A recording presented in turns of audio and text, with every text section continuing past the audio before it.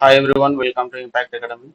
So today let us look at economy current affairs. Okay. So if you observe the recent trends in various exams, say Group One, Group Two, or even the civil services, we can see that they're asking not just the current affairs, but also what you can say a certain evaluation, right, from post-independence or even pre-independence.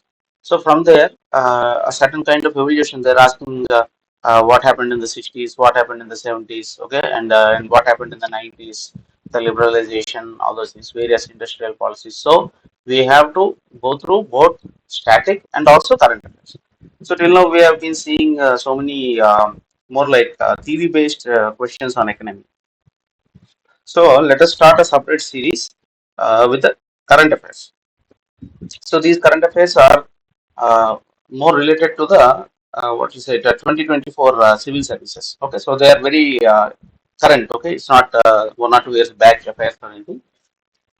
So for the coming exams, whether it is UPSC or APPSC or TSPSC, Group One, Group Two, any exam, these current affairs will be very important. Okay. So let us see this long PDF of more than 140 pages. So let us try to cover as much as possible. So what is anti-dumping duty? Anti-dumping duty is a protectionist tariff, okay, that a domestic government imposes on foreign imports it believes are priced below fair market value. So, for example, if China is trying to bring in some cheap toys and dump in India, then when India identifies that they are just doing this dumping activity, just trying to what is it, cause harm to the local market. Okay, for example, we create one toy at 100 rupees, and China is same quality toy. It is coming and dumping at 50 rupees. Then people will no longer buy the 100 rupees one, right? People will go for the 50 rupees if it is of more or less the same quality. And sometimes some countries do this just to what is it, destroy the other countries' market also. Or you can say India follows strict labor laws and all. Okay, in China they may not follow so strict labor laws. Okay, so obviously they pay less money to the workers, and so the same product might have less. It might have a less price. So that will cause harm to the domestic market. So the country will come up with this protectionist tariff, which is called as the anti-dumping duty. So intention of anti-dumping duty is to save domestic jobs. These tariffs can also lead to higher prices for domestic consumers. So if you, for example, if China is trying to dump a toy at 50 rupees, so you say you put a tax of 20%. Okay, that means around 10 to 20 rupees tax. So again, the toy is now going to cost 70 rupees, and our Indian made toy will cost say 8 rupees. So that is reasonable. Okay, so that is how it protects the domestic market, but also increases the prices for everyone. In the long term, anti-dumping duties can reduce the international competition of domestic companies producing similar goods. Okay, the World Trade Organization that deals with the rules of trade between nations. Okay, remember this. The rules of trade between nations is dealt by World Trade Organization. Operates a set of international trade rules, including the international regulation of anti-dumping measures. So, who takes care of? I mean, who frames and monitors the rules of anti-dumping or trade between nations? It is the World Trade Organization. India is also signatory, so we also follow whatever rules that are set by the World Trade Organization. So, World Trade Organization plays a very critical role in regulation of anti-dumping measures. Okay, it possesses the power to regulate how governments react to dumping activities. So, it regulates, and it can also introduce any punitive action like any extra duties or taxes, etc. Okay, and if they go against the WTO free market principles, so World Trade Organization tries to maintain a level playing field for all trading nations. According to WTO anti-dumping agreement, dumping is legal unless it threatens to cause material injury in the importing country domestic market. That means if China is dumping its product at 50 rupees, and we are having the product at 60 rupees, that is fine because it is not causing any injury to the domestic market. But if the same product we are selling for 100 rupees, and even China is making it for 100 rupees, but in order to destroy our market, it is wantedly selling for 50 rupees in order to finish off. Okay, so such a in that dumping is illegal. Otherwise, it is not legal. Where dumping occurs, the WTO allows the government of the affected country to take legal action against the dumping country as long as there is evidence of genuine material injury to the industries in the domestic market. So, if a belt manufacturer, suppose, manufactures belts and the cost is 100 rupees. So, China is dumping 50 rupees belts. So, people will start buying those belts and our local manufacturers will close the shop after some time. So, if we show that such a thing is happening, then definitely World Trade Organization will allow the Indian government to take some action, legal action against the dumping country. In this example, China. Okay, so that is anti-dumping. Anti-dumping is very important. Anti-dumping rules. Now let us look at animal husbandry. So animal husbandry refers to livestock raising and selective breeding. It is the management or care of animals in which genetic qualities and behavior of animals are further developed for profit. So the best quality cows, the best quality bulls, okay, or sheep, etc. So they are taken and they are selectively bred. Okay, selectively bred and livestock raising so as to take care of this genetic qualities. So the best quality cows genetic line will go forward. So all the cows that come in the future will give good quality milk, etc. Okay. So animals provide us with a variety of foods with the high nutritional values, etc. Animals are bred commercially in order to meet the high demand for food. Okay, dairy products, we see cows, buffaloes, etc. Rich source of protein, so chicken, mutton, etc. And all these things we've seen animals like chicken, that kind. So basically, animal husbandry deals with livestock raising and selective breeding. Now, what are the types of animal husbandry? Dairy farming. Dairy farming is basically involves milk, right? Getting milk from cows, buffalo, sheep, etc., and taking care against diseases, inspecting them regularly. Okay, and we also have a Gokul mission in India, right, which deals with what you say safeguarding the local breed of cows, etc. So next there is poultry farming. So poultry farming is raising and breeding birds. Okay, it can be turkeys, chicken, ducks, etc., pigeons for eggs and meat.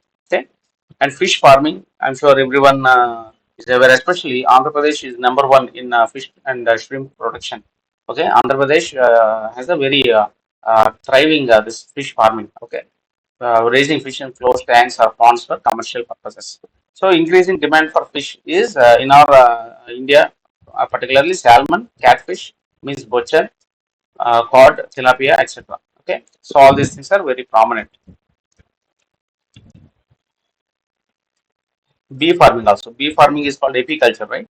Bee farming or apiculture is practice of maintaining bee colonies for honey, bee wax, pollinating flowers, etc., etc. Okay. So Asian Development Bank. So Asian Development Bank is a regional development bank established in December 1966. So long back. Try to remember this. It is headquartered in Manila, Philippines. All these are very important. When it was established 1966 in Manila, Philippines. Okay. Also, there is the International Rice Institute in Philippines, Manila. Try to remember that.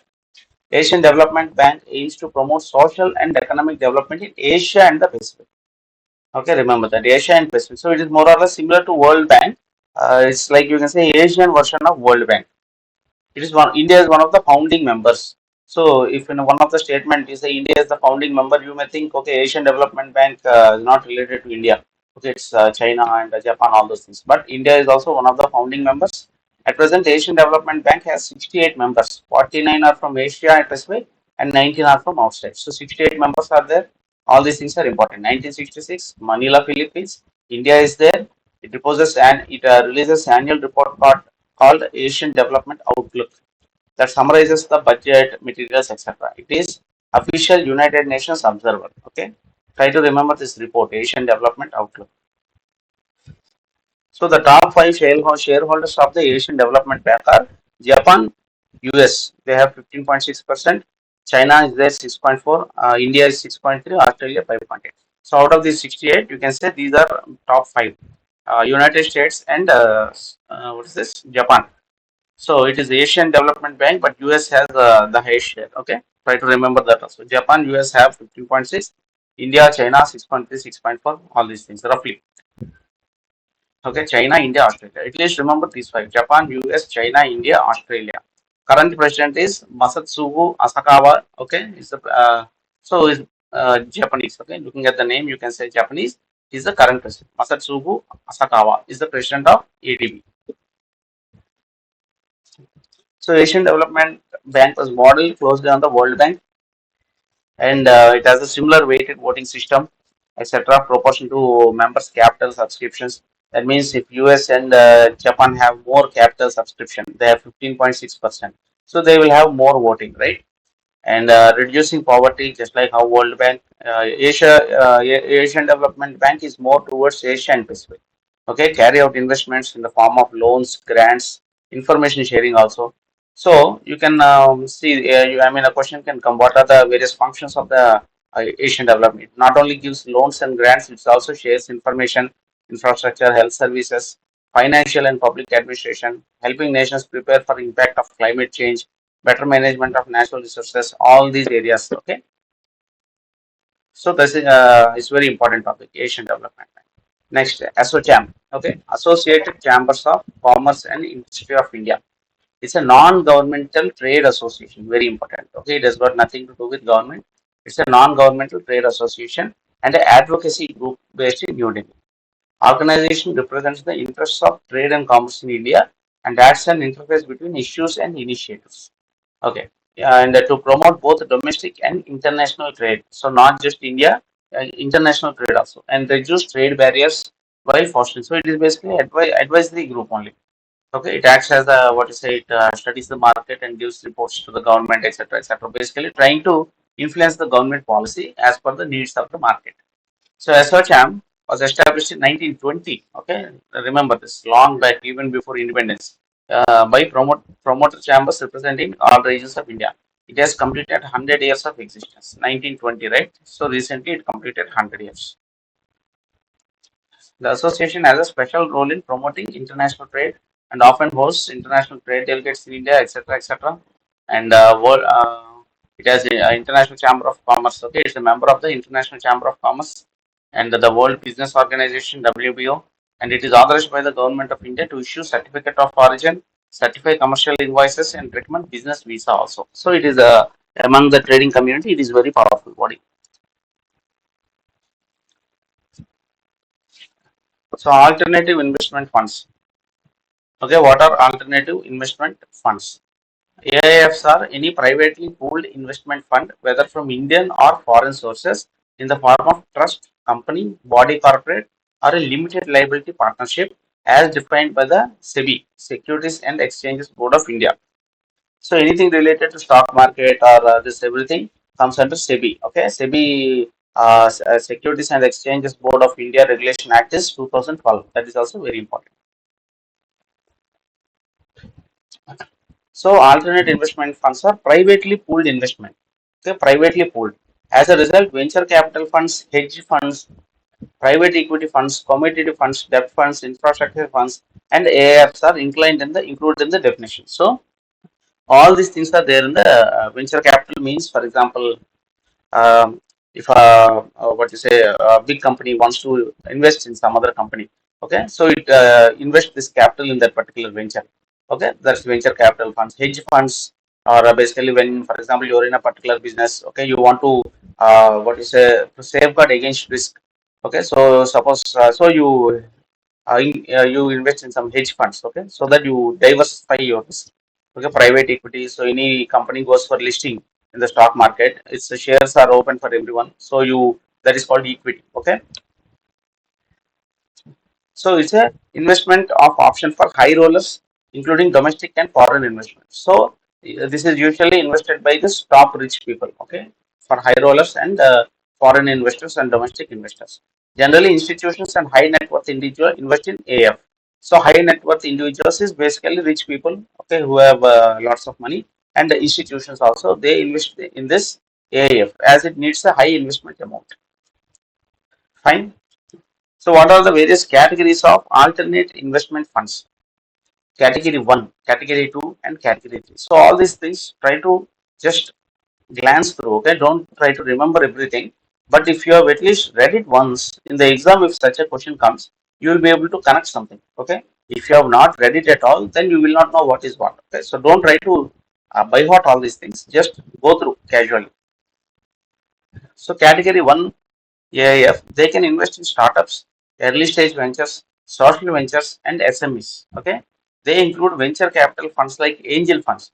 So angel funds means you are investing in a startup. So you don't know whether it will be success or not, but because you come like a angel and help their idea, so that is why it is called angel funds. Okay, recently we had a question regarding angel funds also, right? Angel tax and all those things. So category two is those which are not under category one or three. Okay, that comes under category two. They do not undertake leverage or borrowing other than to meet day-to-day operational requirements. Okay, so this is basically not for long term. Category two is for day-to-day requirements. Various types of funds such as real estate funds, debt funds, private equity funds, funds for distressed asset, etc., are registered as category two. So here it is startups, venture, okay, social ventures, etc. Here it is real estate funds, debt funds, private.